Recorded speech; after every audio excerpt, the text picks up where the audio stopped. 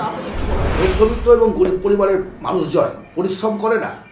তারা কি টাকা ইনকাম করে না? যথেষ্টভাবে তারা পরিশ্রম করে এবং যথেষ্টভাবে ইনকামও করে, কিন্তু কোথাও একটা ত্রুটি থেকে যায় যে কারণে আমাদের মতো মধ্যবিত্ত পরিবারের বাড়িতে অশান্তি কোনো সময় ছাড়ে না। অশান্তির মূল কারণ তো একটাই, সেটা হচ্ছে অভাব। যখন সংসারে অভাব থাকে, যখন ছেলেকে ঠিকমতো ডাক্তার দেখাতে পারি না, যখন পরিবারের মুখে ভালো খাবার তুলে দিতে পারি না, পোশাক কিনতে পারি না, তখন একটা অশান্তি হয়। অথচ ইনকাম করছি খরচ করছি এমনভাবে যে পরিবারটাকে সঠিকভাবে আমরা পরিচালনা করতে পারি না। মধ্যবিত্ত পরিবারের কথাই বলছি, কারণ আমি একজন মিডল ক্লাস মধ্যবিত্ত পরিবারের যন্ত্রণাটা আমি খুব কাছের থেকে অনুভব করেছি। সেই কারণেই আমার বেশিরভাগ ভিডিও পুয়ার এবং মিডল ক্লাসদের জন্য। কেন, কোন ট্র্যাপের জন্য আমরা আমাদের টাকাকে ধরে রাখতে পারছি না, কেন অভাব মিটছে না সংসারে, এই বিষয়ে আজকে আলোচনা করব। মানি ম্যানেজমেন্টের এই রুলসগুলো যদি আপনি না জানেন তাহলে পরে অবশ্যই জীবনে ফেলিওর হবেন। যত টাকাই ইনকাম করুন না কেন জীবনে বড় হতে পারবেন না। প্রথমে আপনাকে জানতে হবে যে আসলে অর্থের উদ্দেশ্যটা কি, আমরা ইনকামটা কেন করি, আমরা কেন করি? সঠিকভাবে পরিবারের পরিচালনা করার জন্য। পেটের ভাতের জোগাড় আগে করতে হবে, তারপরে আপনাকে অন্য ফুটানি করতে হবে। যে ভুলটা আমরা আমাদের প্রথম জীবন থেকে করতে শুরু করি, যখন 40-50 বছর বয়স হয়ে গেল, তখন একটা অভাবের বেড়াজালের মধ্যে পড়ে গেলাম, ইএমআই এর বোঝা টানতে পারছি না, তখন একটা নতুন কিছু করার উদ্যম নিচ্ছি। কিন্তু সেই সময়ে একটা বড় রিস্ক নেওয়া, কত বড় রিস্কের সেটা নিশ্চয়ই অনুভব করতে পারছেন। কারণ আজকে 30 বছর বয়সে গিয়ে যদি কোনো কারণে 2 লাখ টাকা 5 লাখ টাকা লস হয়ে যায়, সেটা বয়স পড়ে আছে, বিজনেস পড়ে আছে, সময় পড়ে আছে, মেকআপ দেওয়া সম্ভব।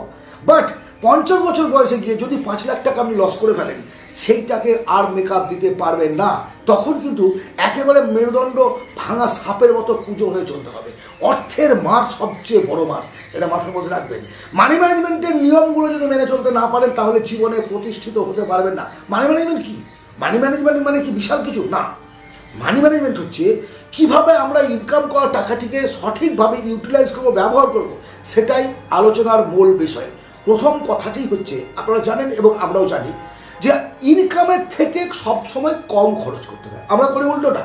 বাড়িতে আত্মীয় এসছে, আজকের দিনে আমার 500 টাকা ইনকাম, তার জন্য 600 টাকা কিলো খাসির মাংস নিয়ে চলে আসলাম, দিয়ে আমার সারাদিনে 1000 টাকা খরচ করলাম। ইনকাম কিন্তু 500 টাকা, খরচ করে ফেললাম 1000 টাকা। তাহলে ইনকামের থেকে আমি বেশি খরচ করলাম, টাকার ঘাটতিটা মিটবে কী করে?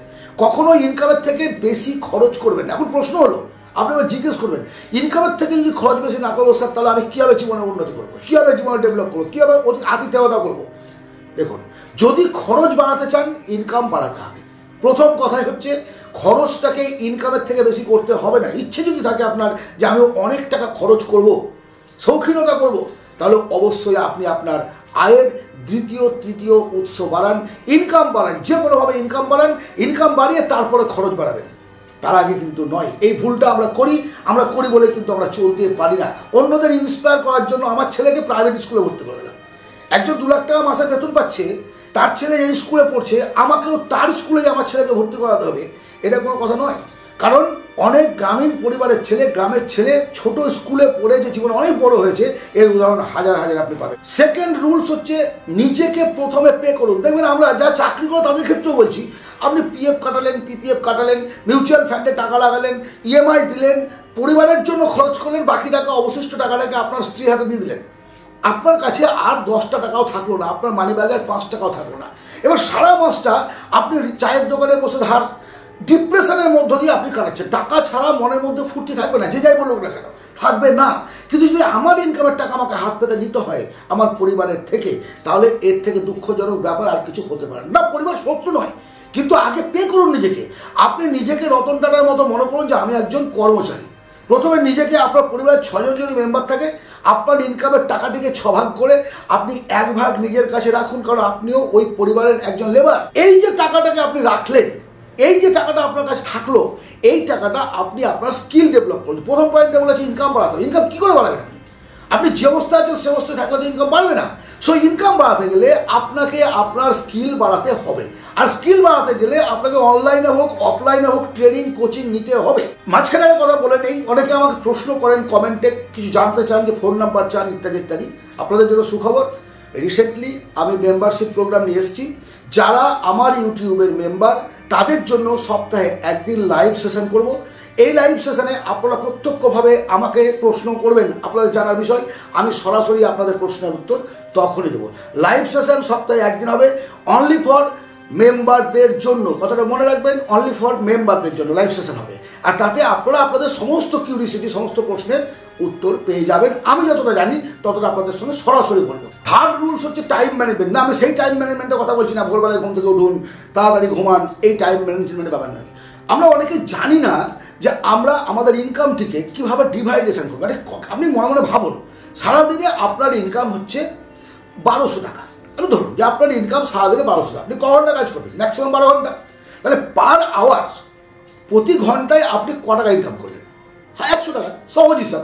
এবারে এই 12 ঘন্টার মধ্যে আপনি যদি 2 ঘন্টা কোথাও আড্ডা মেরে কাটান, সে আপনি অফিস জব করলেও বলছেন, যদি আড্ডা মেরে কাটান বা কোথাও আপনি ঘুরতে যান, আপনি ফালতু কাজটাকে ফাঁকি দিয়ে ঘুরে বেড়াচ্ছেন, তাহলে আপনি ইনকাম বেশি করছেন না কম করছেন?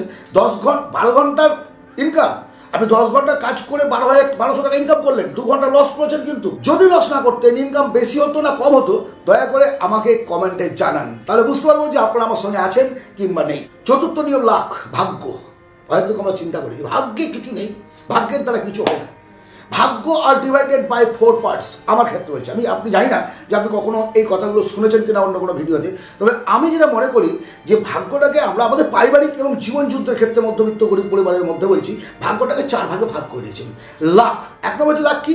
লটারিতে টাকা পেয়ে গেলাম, হঠাৎ করে 1 গাদা টাকা পেয়ে গেলাম, এর জন্য একটা লাখ, এর আমাকে কিছু করতে হয়নি।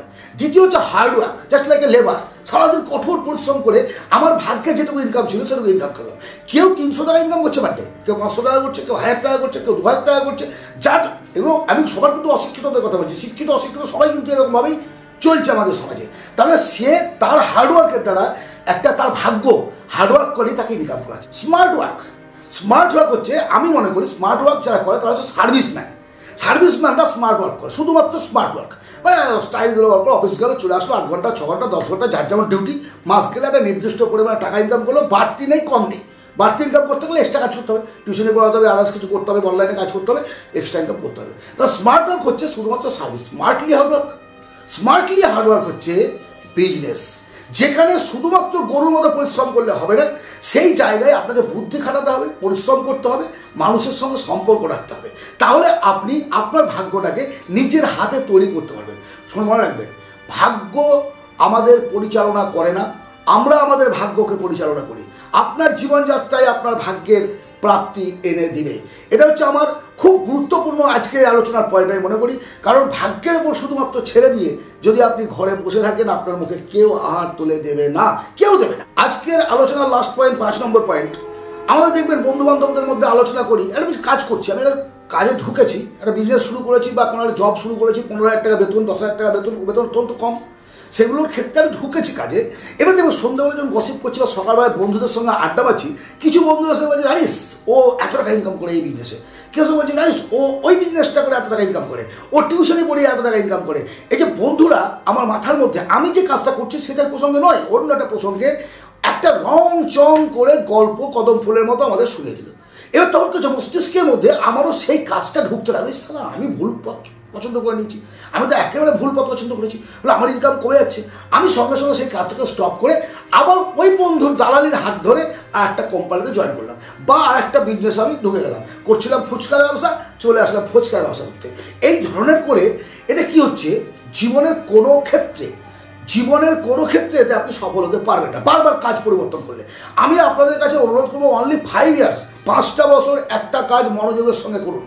আপনি যদি 5 বছর মনোযোগের সঙ্গে 12 ঘন্টার ডিউটি 5 বছর করতে পারেন মনোযোগের সঙ্গে, আপনার সোসাইটির, আপনার এলাকার টপ 5-এর মধ্যে আপনি আসতে বাধ্য, টপ 5-এর মধ্যে আপনি আসতে পারবেন। চ্যালেঞ্জ নিয়ে বলছি, আপনি 5 বছর নিজের লাইফটাকে নিয়ে দেখে নিন, তারপরে আমাকে জানাবেন। অবশ্যই জীবনে যদি কিছু করতে চান, সময়টাকে কাজে লাগান, অর্থকে অবহেলা করবেন না, কারণ সময় অবহেলা মানে হচ্ছে অর্থের অবহেলা। আজকের আলোচনার এই 5টি পয়েন্ট আশা করি আপনারা বুঝতে পেরেছেন। মানি ম্যানেজমেন্ট নিয়ে 17টা পয়েন্ট আমি আপনাদের সঙ্গে আলোচনা করব। এই ভিডিওতে 5টি পয়েন্ট দিলাম, পরবর্তী ভিডিওতে যটা পারবো 5টি হোক 7টি হোক দেবো, 3টে অধ্যায়ে এই ভিডিওটি আমি শেষ করব। সঙ্গে থাকবেন, ভালো থাকবেন, পরবর্তী ভিডিওতে আবার কথা হবে। আর হ্যাঁ, যদি পছন্দ হয় অবশ্যই দয়া করে লাইক সাবস্ক্রাইব করবেন। ভালো থাকবেন।